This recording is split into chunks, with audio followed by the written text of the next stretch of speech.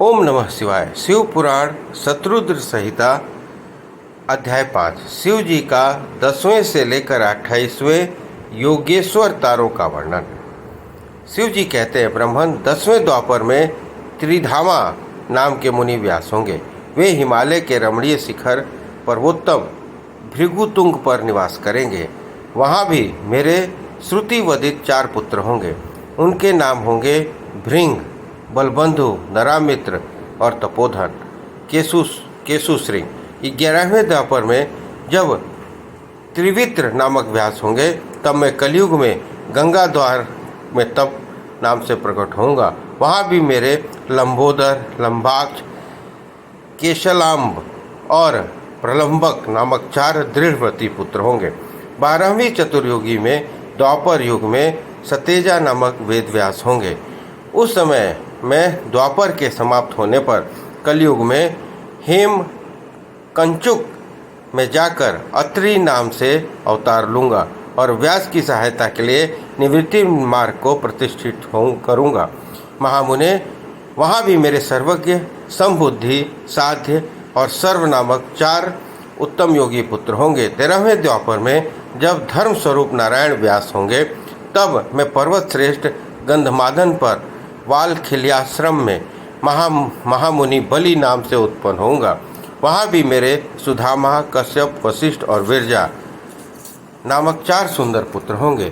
14वीं चतुर्युगी में के द्वापर युग में जब रक्ष नामक व्यास होंगे, उस समय मैं अंगिरा के वश में गौतम नाम से उत्पन्न होऊंगा। उस कलयुग में भी अत्रि, वसद, श्रवण, श्रविकष्टक मेरे पुत्र होंगे। 15वें द्वापर में जब त्रयारुणी व्यास होंगे, उस समय मैं हिमालय के पृष्ठ भाग में स्थित वेद शीर्ष नामक पर्वत पर सरस्वती के उत्तर तट पर आश्रय ले वेदशिरा नाम से अवतार ग्रहण करूंगा। उस समय महापराक्रमी वेदशीर मेरा अस्त्र होगा। वह भी मेरे 4 दृढ़ पराक्रमी पुत्र होंगे। उनके नाम होंगे कुणी, कुड़ी बाहु, कुशरीर और कुनेत्रक। 16वें द्वापर में जब व्यास का नाम देव होगा, तब मैं योग प्रदान करने के लिए परम पुण्य गोकर्ण वन में गोकर्ण नाम से प्रकट होऊंगा। वहाँ भी मेरे कश्यप, उष्णा, चमन और बृहस्पति नामक 4 पुत्र होंगे। वे जल के समान निर्मल योगी होंगे तथा उसी मार्ग के आश्रय से शिवलोक को प्राप्त हो जाएंगे। 17वीं चतुर्युगी के द्वापर युग में देव कृतंजय व्यास होंगे। उस समय मैं हिमालय के अत्यंत ऊंचे और रमणीय शिखर महालय पर्वत पर गुहावासी नाम के अवतार धारण करूंगा, क्योंकि हिमालय शिव क्षेत्र कहलाता है। वहीं उत्तस्थ, वामदेव, महायोग और महाबल नामक मेरे पुत्र भी होंगे। 18वीं चतुर्युगी के द्वापर में जब ऋतंजय व्यास होंगे, तब मैं हिमालय के उस सुंदर शिखर पर, अपना नाम शिखंडी पर्वत है, वहाँ महान पुण्यमय सिद्ध क्षेत्र तथा सिद्धों द्वारा सेवित शिखंडी वन भी है, शिखंडी नाम से उत्पन्न होगा। वहाँ भी वाचः, श्रवा, रुचिक, श्यावास्य और यतीश्वर नामक मेरे 4 तपस्वी पुत्र होंगे। 19वें द्वापर में महामुनि भारद्वाज व्यास होंगे। उस समय भी मैं हिमालय के शिखर पर माली नाम से उत्पन्न होऊंगा और मेरे सिर पर लंबी लंबी जटाएं होंगी। वहाँ भी मेरे सागर से गंभीर स्वभाव वाले हिरण्यनामा, कौशल्य, लोकाक्षी, प्रधिमी नामक पुत्र होंगे। 20वीं चतुर्युगी के द्वापर में होने वाले व्यास का नाम गौतम होगा। तब मैं भी हिमवान के पृष्ठभाग में स्थित पर्वतश्रेष्ठ अट्ठास पर, जो सदा देवता, मनुष्य, योगेंद्र, सिद्ध और चरणों द्वारा अधिष्ठित रहता है, अट्ठाहस नाम से अवतार धारण करूंगा। उस युग में मनुष्य अट्ठाहस के प्रेमी होंगे। उस समय भी मेरे उत्तम योग संपन्न 4 पुत्र होंगे। उनके नाम होंगे सुमंत, बर्बरी, विद्वान, कंभन और कुणिकंधर। 21वें द्वापर युग में जब वाचः श्रवा नाम के व्यास होंगे, तब मैं दारुक नाम से प्रकट होऊंगा। इसलिए उस स्थान का नाम दारुवन पड़ जाएगा। वहाँ भी मेरे लक्ष्य दर्भायणी, केतुमान और गौतम नाम के 4 परम योगी पुत्र उत्पन्न होंगे। 22वें चतुर्युगी के द्वापर में जब सुषमाण्यक नामक व्यास होंगे, तब मैं भी वाराणसीपुरी में लांगली भीम नामक महामुनि के रूप में अवतरित होऊंगा। उस कलयुग में इंद्र सहित समस्त देवता मुझ हलायुद्धधारी शिव का दर्शन करेंगे। उस अवतार में भी मेरे भल्लवी, मधु, पिंग और श्वेत केतु नामक 4 परम धार्मिक पुत्र होंगे। 23वीं चतुर्युगी में जब तीर्णबिंदु मुनि व्यास होंगे, तब मैं सुंदर कारलिंजरगिरी पर श्वेत नाम से प्रकट होऊंगा। वहाँ भी मेरे उसिक, बृहदक्ष, देवल और कवि नाम से प्रसिद्ध 4 तपस्वी पुत्र होंगे। 24वीं चतुर्युगी में जब ऐश्वर्यशाली यक्ष व्यास होंगे, तब उस युग में मैं नैमिषारण्य क्षेत्र में सूली नामक महायोगी होकर उत्पन्न होऊंगा। उस युग में भी मेरे 4 तपस्वी पुत्र शिष्य होंगे।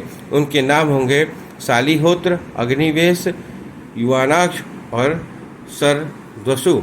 25वें द्वापर में जब व्यास शक्ति नाम से प्रसिद्ध होंगे, तब मैं भी प्रभावशाली एवं दंडधारी महायोगी के रूप में प्रकट होऊंगा। मेरा नाम मुंडीश्वर होगा। उस अवतार में मैं भी छगल, कुंडकर्ण और प्रवाहक मेरे तपस्वी शिष्य कुंभांड होंगे। 26वें द्वापर में जब व्यास का नाम पराशर होगा, तब मैं भद्रवट नामक नगर में सिंहसणु नामक अवतार लूँगा। उस समय भी उलूक, विद्युक, शंभुक और आश्रलायन नामक 4 तपस्वी शिष्य होंगे। 27वें द्वापर में जब जातुक कंड्य व्यास होंगे, तब मैं भी प्रभास तीर्थ में सोम शर्मा नाम से प्रकट होऊंगा। वहाँ भी अक्षपाद, कुमार, उल्लूक, वत्स नाम से प्रसिद्ध मेरे 4 तपस्वी शिष्य होंगे। 28वें द्वापर में जब भगवान श्रीहरि पराशर के पुत्र में द्वैपायन नामक व्यास होंगे, तब पुरुषोत्तम श्री कृष्ण अपने 6ठे अंश के वासुदेव के श्रेष्ठ पुत्र के रूप में उत्पन्न होकर वासुदेव कहलाएंगे। उसी समय योगात्मा में भी लोगों को आश्चर्य डालने के लिए योग माया के प्रभाव से ब्रह्मचारी का शरीर धारण करके प्रकट होऊंगा। फिर शमशान भूमि में मृतक रूप से पड़े हुए अविच्छिन्न शरीर को देखकर मैं ब्राह्मणों के हित साधन के लिए योग माया के आश्रय से उसमें घुस जाऊंगा और फिर तुम्हारे तथा विष्णु के साथ मेरुगिरी की पूर्णिमयी दिव्य गुहों में प्रवेश करूंगा। ब्राह्मण, वहाँ मेरा नाम लकुली होगा। इस प्रकार मेरा यह कायांतर उत्कृष्ट सिद्ध क्षेत्र कहलाएगा और यह जब तक पृथ्वी कायम रहेगी तब तक लोक में परम विख्यात रहेगा। उस अवतार में भी मेरे 4 तपस्वी पुत्र होंगे। उनके नाम कुशिक, गर्ग, मित्र और पौरुष्य होगा। वे वेदों के परमगामी ऊर्ध्ववेता ब्राह्मण योगी होंगे और महेश्वर योग को प्राप्त करके शिवलोक को चले जाएंगे। उत्तम व्रत का पालन करने वाले मुनियों, इस प्रकार परमात्मा शिव ने वैवस्वत मनवंतर के सभी चतुर्युगियों के योगेश्वर अवतारों का साम्यक रूप से वर्णन किया था। विभो 28 व्यास क्रमशः एक करके प्रत्येक द्वापर में होंगे और योगेश्वर अवतार प्रत्येक कलयुग के प्रारंभ में। प्रत्येक योगेश्वर अवतार के साथ उनके 4 अविनाशी शिष्य भी होंगे जो महान शिव भक्त और योग कर्म की वृद्धि करने वाले होंगे। इन पशुपति के शिष्यों के शरीर पर भस्म रमी रहेगी, ललाट त्रिपुंड से सुशोभित रहेगा और रुद्राक्ष की माला भी इनका आभूषण होगा। ये सभी शिष्य धर्मपरायण, वेद वेदांग के पारगामी विद्वान और सदा बाहर भीतर में लिंगाचरण में तत्पर रहने वाले होंगे। ये शिव जी में भक्ति रखकर योग पूर्वक ध्यान में निष्ठा रखेंगे और जितेंद्रिय होंगे। विद्वानों में इनकी संख्या 112 बतलाई है। इस प्रकार मैंने 28 युगों के क्रम से मनु से लेकर कृष्णावतार पर्यंत सभी अवतारों के लक्षणों का वर्णन किया है। जब श्रुति समूहों का वेदांत के रूप में प्रयोग होगा, तब उस कल्प में कृष्ण द्वैपायन व्यास होंगे जो महेश्वर ने ब्रह्मा जी के अनुग्रह करके योगेश्वर अवतारों का वर्णन किया और फिर वे देवेश्वर उनकी ओर दृष्टिपात करके वहीं अंतर्ध्यान हो गए। इस प्रकार शिव पुराण शत्रुद्र संहिता अध्याय 5 संपन्न हुआ। बोलिए हर हर महादेव।